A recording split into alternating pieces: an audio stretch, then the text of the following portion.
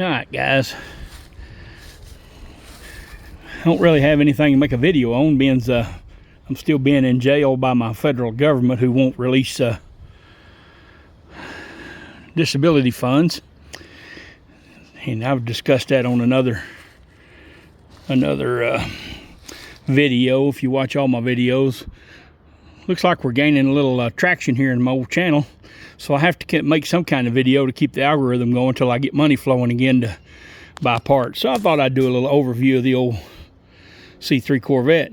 So backstory on the car is I was interested in doing an LS swap on something, and Camaros and C10s and things like that have been done a lot. You didn't see, at the time I did this, you didn't see a whole lot of C3s done, so this one popped up on Marketplace, and I said, well, I'll do a little research, and I run across a YouTuber who I guess I won't mention his name. I was going to, but I'm not going to.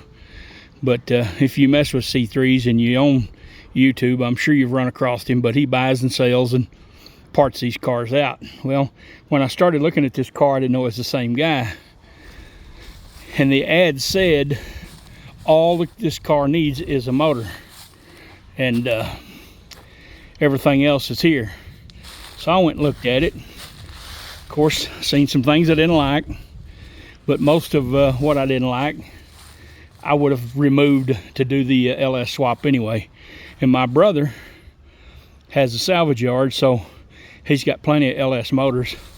So I like I said, the thing was advertised as needs a motor. That's it. Everything else is there. Well, when I went and looked at it, it had an AC compressor hanging over there, and he cut the line to remove the compressor. There's only one bolt holding the compressor and the line together, but instead of pulling 1/3 bolt, he cut a line that's probably a $150 line. So that was a huge red flag. So the ad, the pictures inside the car, had a radiator laying in there and a torque converter and, you know, some other miscellaneous parts. Well, when I get up there to look at it, there's nothing in the interior, as well as the entrance moldings where the carpet meets. Let's go around here. This door don't open. Let's go around here.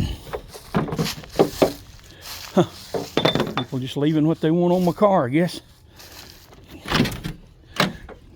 Those moldings that go right there are missing, you know. So being you sell parts, I'm sure you just took whatever you wanted. But anyway, so got a 2003 6-liter. It's a LQ4. If you don't know LS engines, the LQ4 and the LQ9 are the two engines. The 9 is one everybody wants because it has flat top pistons. It's in the Escalades and stuff like that. This is a 4. It has dish pistons, low compression. It's out of a Suburban. So put it in here. I bought the swap plates from Summit, got it mounted. Guy gave me a turbo 350 with it. It's not any good, so it needs more than a motor. It had no alternator, power steering, brackets, no radiator hoses. Had the core support, but it was out. The hood was off. Wasn't any bolts of any kind in it. So severely misrepresented, which I overpaid, way overpaid for the car, but what I paid is not his fault. He didn't hold a gun on me. I agreed to it, but still, it was misrepresented. It needed way more than a motor. Needed brakes, need all kinds of stuff. But anyway, so we got the motor in with the transmission, the driveline all in it. The driveline was still in it when I got it. It rolled around under there because whoever pulled the motor and transmission together and just left the driveline laying. And if you look at some of my videos on this car, them rolling it around with no transmission let the driveline bang around and mess up the emergency brake cable bracket. So I had to repair that, on a car that just needs a motor. It's all it needs. But anyway, we got the motor in. We put the transmission on the cross member, bolted it up, and then put my engine mounts on my plates where they need to be. It's got energy suspension, polyurethane motor mounts, and they're factory motor mounts for the Corvette, and then they bolt to the adapter plates. They're just an aluminum plate, bolts to the side of the motor, and then the factory mount bolts to that plate. So no cutting, welding, nothing like that. Transmission's in its factory location. And lssimple.net, old Murphy Wallace, he's a good guy. I bought the alternator, power steering brackets, and he did my water pump. I don't think I can show it, but no, it's in the way. You might can zoom in and see, I don't know. But a factory LS water pump has fittings that stick out the side right there for the heater hoses. Murphy Wallace had mine cut off and welded back on, pointed straight down, so there's no interference with the suspension.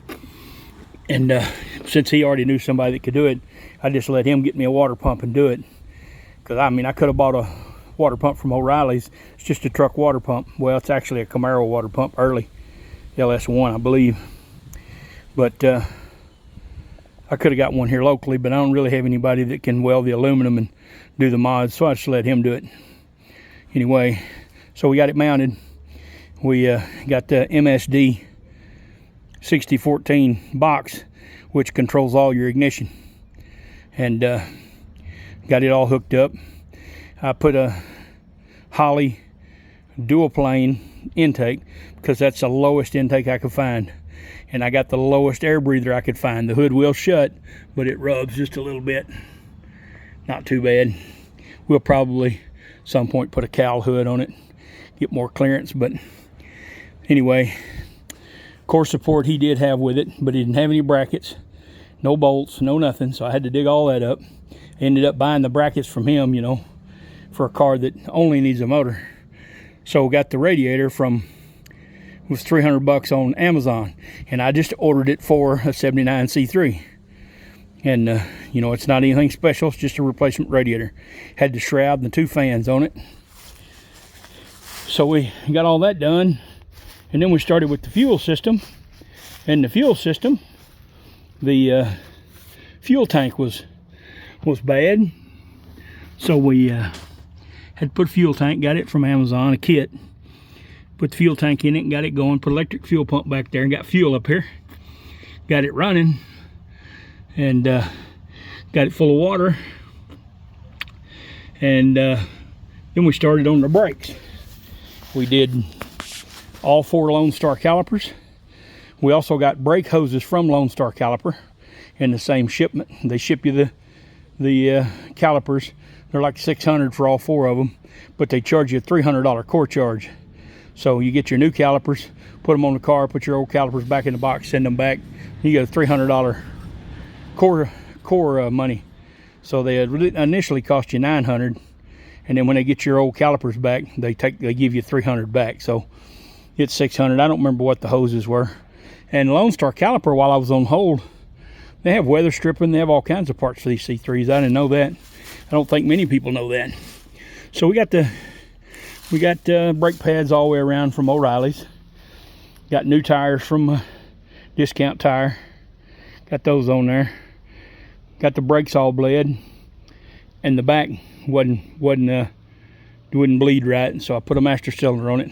Got it all bled out. Brakes work perfect. The only thing that I didn't do was my gauges didn't work. I have if I can find it, I have a Dakota Digital. This is my fan controller. But when you're supposed to be able to run the wire from the sensor to here, and when I add the gauge to it, then the controller goes into limp mode, I guess you say. The fan runs all the time. I take the gauge out of the circuit, it works right. It comes on and goes off like it's supposed to. This fan is, you can't see it, this fan is real close to the suspension right there, and that caused it to make that fan quit working. It pushed in enough that it stopped the blade and burned the motor up. So that one over there still works, so I got to fix that. But anyway, that got us on the road, running, driving. You can see it's been off the road a while. We have antique tags on it now, so it doesn't use a window sticker. So I figured I'd just leave that one. So anyway, I got it all running, driving, drove it to a couple car shows, and then my son, my youngest son, him and one of his friends decided to take it joyriding. Now, me and my daughter, we just took it to a couple car shows and we just putted it around. I know the gauges don't work. We're going a mile and cutting it off, so it's fine. So before I could get the gauges working, he decides to go hot rodding around the neighborhood, take it out on the heliport where everybody goes and plays and do donuts and all kinds of stuff, and brings it back and parks it. Well, me and the daughter are going to go to another little car show around here. I go to start and it won't start. I notice it's in neutral.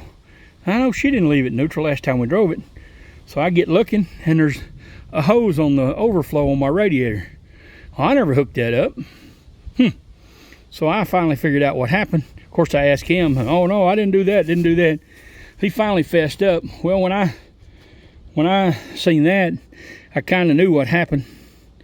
So filled it up, checked the water, filled it up with water. Now it's got a blown head gasket. So transmission's bad, head gasket's bad because the boy went joyriding. Now, kind of lost interest in the car. I don't really want to do work that I've already done.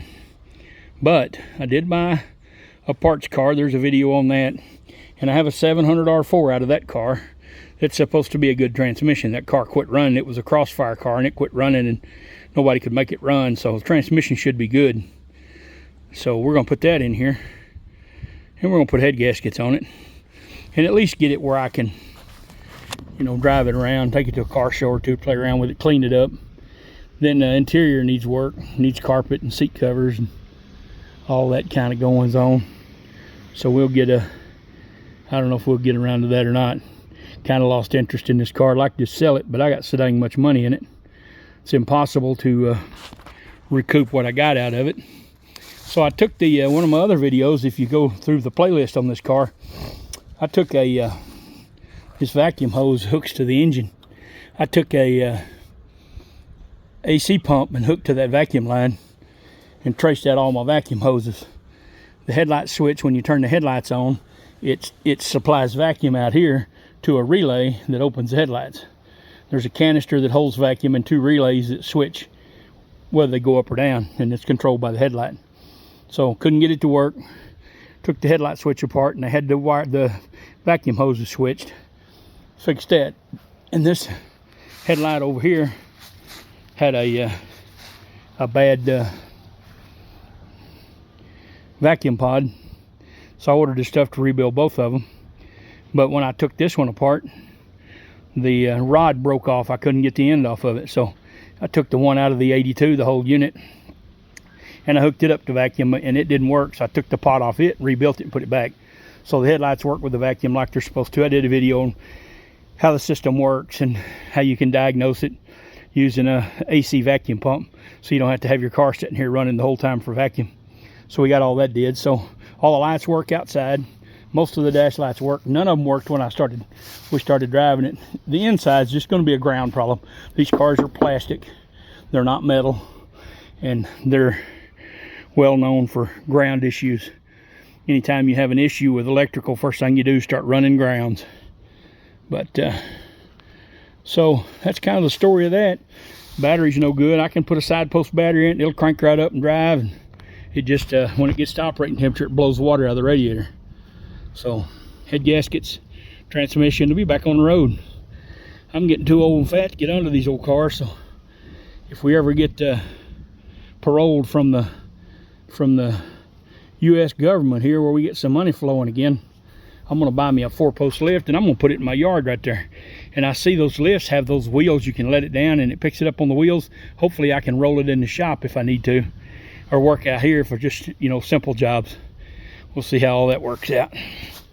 Anyhow, I mean, I'd like to have a concrete slab poured out here, but they're talking $7,000 to $10,000. I can't afford that. You spend all my money on shop, and you can't buy no projects. So that's about the story on the car. New fuel tank, fuel system, fuel pump, the carburetor, the intake, and the Box is new. Oh, headers, exhaust. It has new duals. I used the mufflers off of the donor Corvette. It has, let's go over there where you can see them. It has center dump, block hugger headers. So it comes down in the middle just like the factory exhaust did. That way it's not swept back by the firewall and keeps the exhaust as far away from the firewall as possible. So anyway, that's kind of what I did, or why I did what I did. I get a lot of flack from people over putting a carburetor on here, but the reason I put a carburetor on here is I want this big air cleaner. I don't like the LS air cleaners. Now I know now they make an intake that the throttle body goes on top of. I might go to that. I'd planned on just using the MSD fuel system that they make, but you know, maybe I'll do the multi-port with the throttle body on the intake and put the round air cleaner back on it. We'll see when I get to that point. The previous owner, when they pulled the motor out, they busted this, so we're going to put vintage air in it. This compressor's new, and it's a Harrison compressor that the guy at LS Simple says has valving in it for head pressure, so your head pressure don't get out of sight like they will on on converted cars. So that'll be a good thing. But anyway, that's about where we're at. It's got new duals out the back. There's videos of it running. Sounds pretty good. I was mowing the yard one day and hit my chrome tip and bent my pipe, so when I get it running I got to take it back to the exhaust shop and get that fixed. Hit it with the front of the zero turn. Anyway, that's about it. In here we got pressure washer. Need to get water to it. No money to put a motor in that. No money to put parts on the old three-wheeler. But we're not going to be down forever. Back on the golf cart. We're not going to be down forever. That's about all I got for today, guys. I know this is not much of a video. No work being done. But like I said, I'm in financial jail. And having to sell what I can sell to keep the bills paid, lights on, a little food in the belly. You guys might put in the comments, you know, what organs I could live without. You know I could sell a kidney. I think I can maybe sell part of a liver, maybe a lung. I don't know if you can live with one lung. I don't know. Might come down to that. Can't never tell. We're up to about 401 subscribers. Looks like we're gaining a little ground here, guys, and I appreciate all the guys liking, sharing, and subscribing, as Mr. Clay Milliken says. And that's going to about do it for today. I got to put something up to keep the algorithm going, so we'll be putting random videos up until we get back out of jail. Federal financial jail. All right, y'all come see me here.